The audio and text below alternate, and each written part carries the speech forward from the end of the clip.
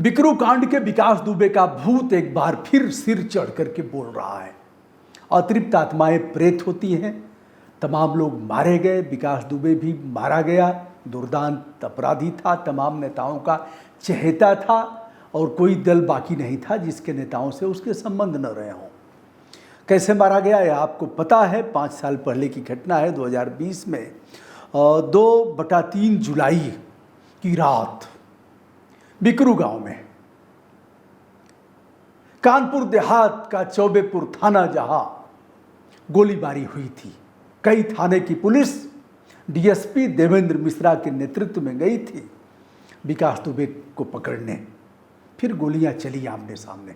यह कोई ऐसा इनकाउंटर नहीं था, ऐसी मुठभेड़ नहीं थी कि पैर के नीचे गोली, सटीक निशाना, और यह आर पार की लड़ाई थी। इनकाउंटर पहले भी होते थे, बहुत से पुलिसकर्मी मारे गए हैं। बहुत सी ऐसी घटनाएं भी प्रकाश में आई कि पुलिस वालों ने ही, अब इसकी हम पुष्टि नहीं करते लेकिन बताते हैं लोग कि पुलिस वालों ने ही पुलिस वालों को मार दिया, लुढ़का दिया, दोनों लुढ़क गए। सच्ची घटना प्रकाश में आ गई, आउट ऑफ टर्न प्रमोशन मिल गया।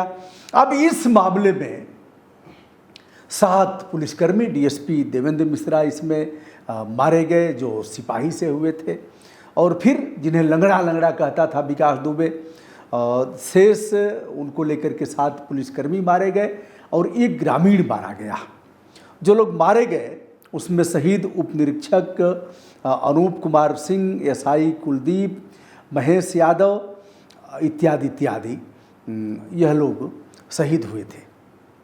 और दोस्तों, जो लोग घायल हुए थे हम उनकी बात बता रहे हैं।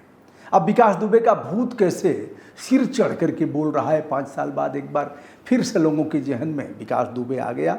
आप सभी इस बात से अवगत हैं कि 3/4 जुलाई की रात हुआ था यह घटना, और फिर 6 पुलिसकर्मी और 1 ग्रामीण मारे गए थे। विकास दुबे फरार हुआ था। फिर उज्जैन के महाकाल में उज्जैन पुलिस ने उसे पकड़ा। फिर यहाँ की पुलिस ले आती है और रास्ते में एसटीएफ की गाड़ी पलटती है। विकास पिस्टल छीनता है और पिस्टल छीन करके भागता है, फिर लुढ़का दिया जाता है। चलिए, इस कहानी पर हमें कुछ नहीं कहना है। कोर्ट में मामला चल रहा है। कई लोग निर्दोष पाए गए। कोर्ट ने कुछ लोगों को निर्दोष, जिसे पुलिस ने बताया था कि इसने फायर किया, जबकि वो हथियार फायर करने लायक था ही नहीं। फोरेंसिक जांच भी उसकी नहीं हुई। हम विषयांतर होंगे, इसलिए हम विषय पर आते हुए यह कहेंगे कि अब कुछ पुलिसकर्मी डाएं डाएं चिल्ला रहे हैं, कह रहे हैं साहब हम तो घायल हुए थे। आर पार यह मुठभेड़ आर पार हुई थी, हमने डट करके मुकाबला किया। उन भगोड़ों में से नहीं थे आज जो जेल की हवा खा रहे हैं, वह भग गए जिन लोगों ने मुखबिरी किया था, यानी विकास दुबे के जिससे तार जुड़े हुए थे। ऐसे पुलिसकर्मियों ने बताया कि यह टीम जाने वाली है, सावधान। वर्दी के नाम पर जो कलंक के समान है, जिन लोगों ने वर्दी की संहिता और धर्म को तार तार किया, वह जेल में है। उनके बारे में भी मैं वीडियो करूंगा। फिलहाल जो लोग घायल हुए हम उनकी बात कर रहे हैं।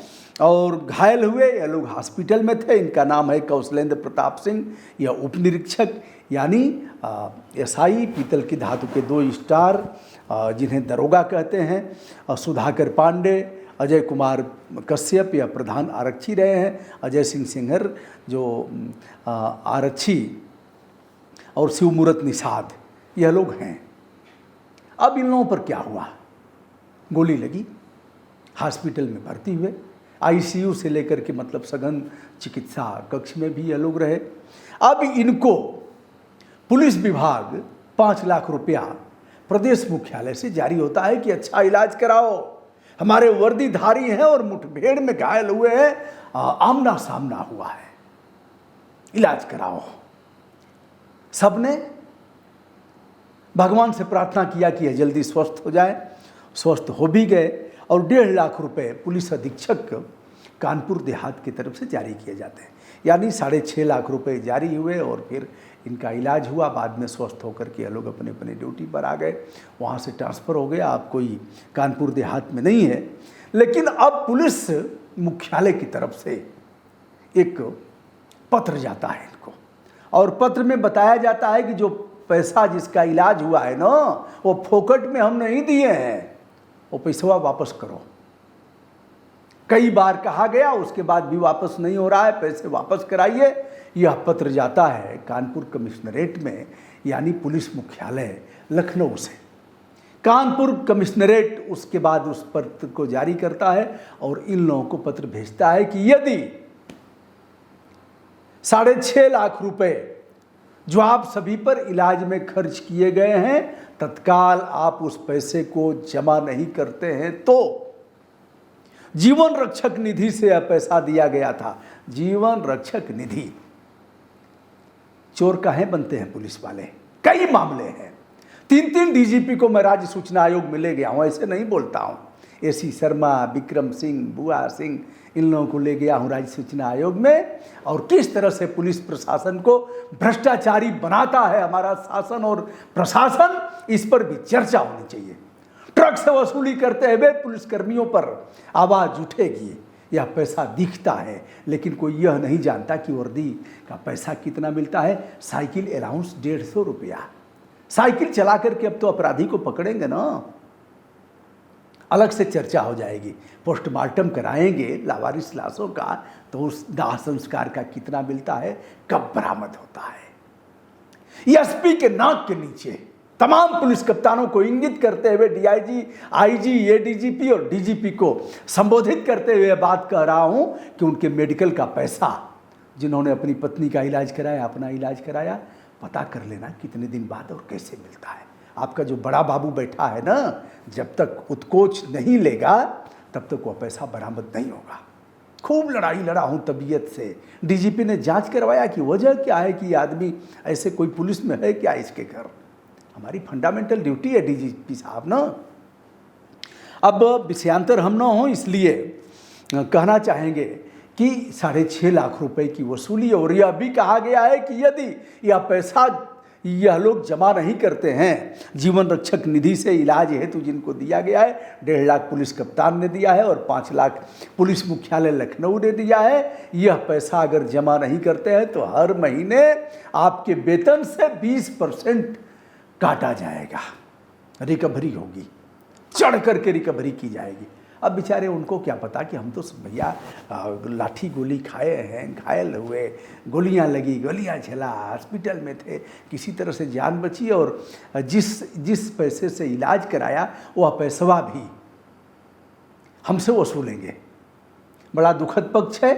और इस मामले में उन लोगों ने पुलिस कमिश्नर और इन लोगों से मिलकर के अपनी फरियाद भी किया है। मैं चाहूँगा प्रदेश के जो डीजीपी साहब हैं, नए डीजीपी साहब, उनसे भी कहूँगा संज्ञान लिया जाए। प्रदेश के मुख्यमंत्री जी से संज्ञान लेना चाहूँगा। अरे भैया, ऑन ड्यूटी घायल हुए हैं, मुठभेड़ में घायल हुए हैं, पैसा आपने दिया इलाज का, इलाज उससे हुआ, और चमड़ी उधार के लेंगे क्या? देता है तो छप्पर फाड़ के देता है, और लेता है तो चमड़ी उधार के लेता है। यही चलेगा? कैसे चलेगा? किसी न किसी को तो आवाज़ उठाना पड़ेगा। यह पुलिस हमारी है, हमारी सुरक्षा के लिए है, और आम व्यक्ति के जान माल की सुरक्षा के लिए पुलिस की स्थापना की गई है। बहुत से सुधार किए जाने हैं।